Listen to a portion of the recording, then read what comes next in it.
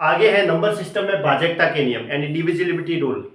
तो जैसे सबसे पहले 2 से भाजकता का नियम। अब कोई संख्या 2 से विभाजित पूरी तरह विभाजित कैसे होगी? अगर उस संख्या का इकाई अंक 0, 2, 4, 6 या 8 हो यानी सम संख्या हो तो वो पूरी की पूरी संख्या क्या होगी? 2 से विभाजित होगी। जैसे इस संख्या का इकाई अंक है वो 8 है तो सम संख्या है तो पूरी संख्या के अंदर 2 का भाग पूरा पूरा जाएगा। इस संख्या का इकाई अंक अगर 6 है तो पूरी संख्या के अंदर 2 का भाग पूरा पूरा जाएगा। अब 3 से भाजकता का नियम। जो संख्या दे रखी है उसके अंकों का योग करो और अंकों का योग अगर 3 से विभाजित होता है, 3 का भाग उसमें पूरा पूरा जाता है तो पूरी संख्या के अंदर 3 का भाग पूरा पूरा जाएगा।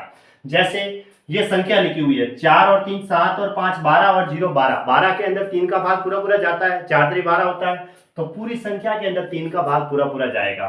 जैसे 4 और 6 10 ने 2 12 ने 8 20 ने 3 23 ने 24 ने 3 27। 27 के अंदर 3 का भाग पूरा पूरा जाता है ना? तो पूरी संख्या के अंदर 3 का भाग पूरा पूरा जाएगा। 4 से भाजकता का नियम क्या कहता है? 4 से भाजकता का नियम जो संख्या दे रखी है उसका इकाई व दाई अंक लो, मतलब पीछे के 2 अंक लो। जैसे ये संख्या है इसका इकाई और दाई, ये इकाई अंक ये दाई अंक, ये पीछे के 2 अंक ले लिए। अब इस पीछे के 2 अंक में 4 का भाग देके देखो पूरा पूरा भाग जाता है तो पूरी संख्या के अंदर 4 का भाग पूरा पूरा जाएगा।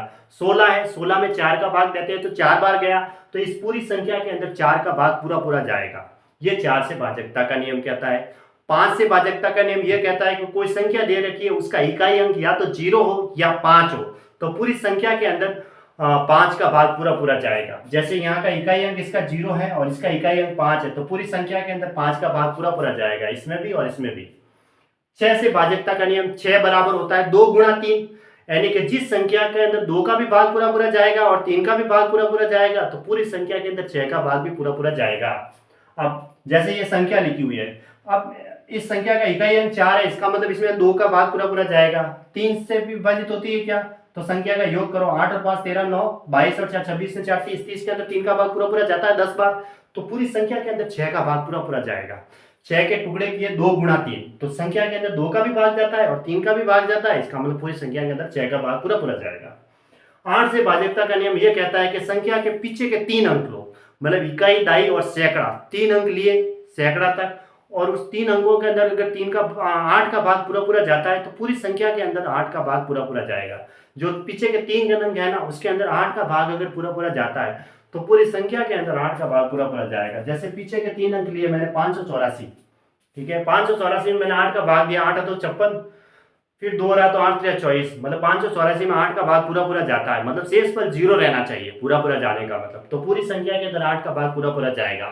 9 से भाजकता का नियम यह कहता है कि जो संख्या दे रखी है उसके सभी अंकों का योग करो, अंकों के योग में अगर 9 का भाग पूरा पूरा जाता है तो पूरी संख्या होगी कितनी भी बड़ी उसके अंदर 9 का भाग पूरा पूरा जाएगा। जैसे ये संख्या दे रखी है, मैं अब अंकों का योग करता हूँ, 4 और 12 7 19 ने 9 28 ने 3 31 ने 3 34 ने 2 36, 36 के अंदर 9 का भाग पूरा पूरा जाता है तो पूरी संख्या के अंदर 9 का भाग पूरा पूरा जाएगा। ठीक है, ऐसे। और अगर सॉल्व करना चाहो तो इसके अंदर जिनके अंकों का योग 9 होता है ना उसको काट दो, जैसे ये 9 काट दिया और सरल किया, 7 और 2 कितना होता है 9, इसको भी काट दिया। ठीक है, फिर देखो 8 और 4 12 रहा, 12 और 3 15, 3 18 हुआ, 18 के अंदर 9 का भाग पूरा पूरा जाता है तो पूरी संख्या के अंदर 9 का भाग पूरा पूरा जाएगा, ऐसे भी कर सकते हैं। 11 से भाजकता का नियम यह कहता है जो विषम अंकों के स्थान जो संख्या दे रखी है उसके विषम स्थान लेने, विषम स्थान लिए फिर सम स्थान लो, उनके विषम स्थानों के अंकों का योग और सम स्थानों के अंकों का योग करो, फिर उनका अंतर लो, अगर अंतर अगर आता है 0 या 11 तो पूरी संख्या है वो 11 से विभाजित होगी। जैसे यहाँ लिखा हुआ मैंने लिखा जिस संख्या के सम स्थानों के अंकों का योग है ना, यहाँ सम स्थानों के अंकों का योग लिख देता हूं।